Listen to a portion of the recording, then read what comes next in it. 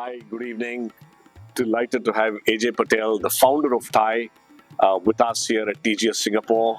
We're looking for nuggets of wisdom, lessons, perspectives from you, AJ, on first of all, what prompted you to start TIE?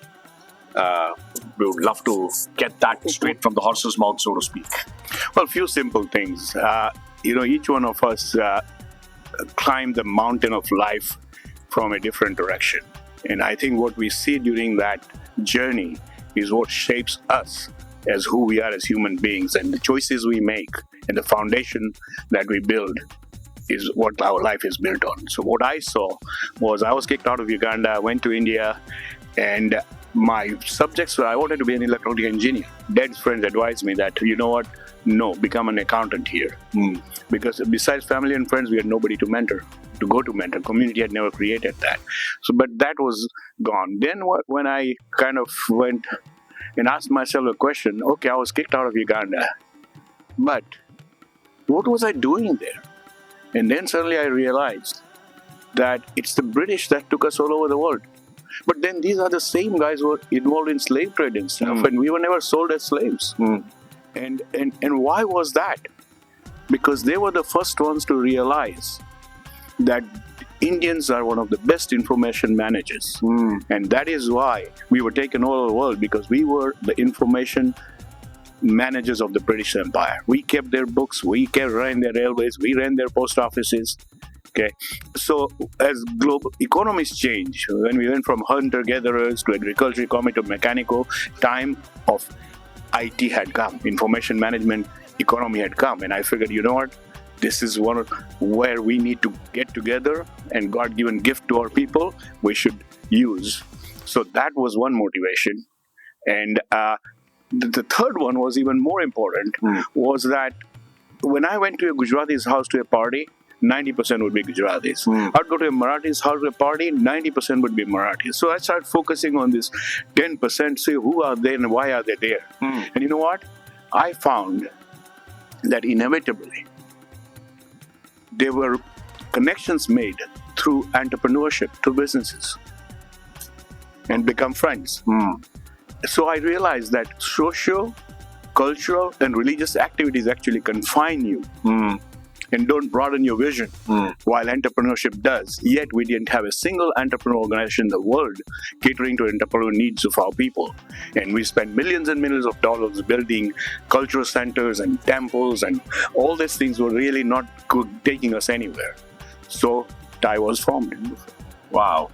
And it's so relevant and powerful even today, right? That 30 years and we battle the same things, and the world needs more of the same ever. So what's your vision for TIE 2.0? You've spent 3 decades. Well, look at it this way, all right? When we started out, it was difficult for Indians who wanted to do startups in the early 90s and late 80s to get even funding.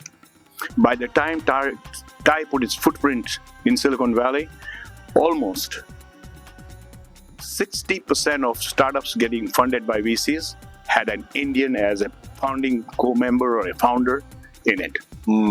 Okay. Now, if you look at the results over time, what do we have today? Today, the Prime Minister of England is one of us. The CEO of the World Bank is one of us. CEO of the major corporations in the world.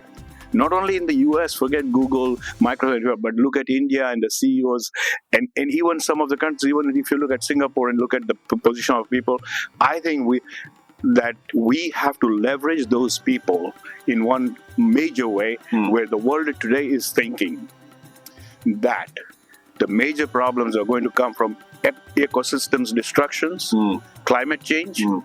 But my feeling is that from where I'm sitting, that the mindset change that's happening in almost 50 years in the US, I've never seen the community so divided, the hate being built up.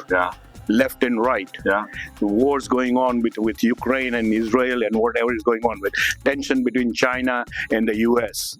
Okay, I think we have enough clout in the CEOs and the positions of our people in the world that we need to leverage them to pass the message that peace and prosperity only comes where there is entrepreneurship. TIE is already promoting it at a certain level, but I think TIE 2.0 should be where we start educating the rest of the world that forget about all. If you take care of entrepreneurship, climate change will take care of itself. Hate and hatred will take care of itself, and that's, to me, I think, the next challenge for TIE. Beautifully said, AJ, and it resonates so well with our theme that we've chosen for TGS 2024, putting entrepreneurship first, right? And what you're saying is, it is just not for economic growth, but it is for social cohesion. It is. It is to come together as one and to unleash abundance. And like I told you in TIE 2.01, it's not social, religious, culture events.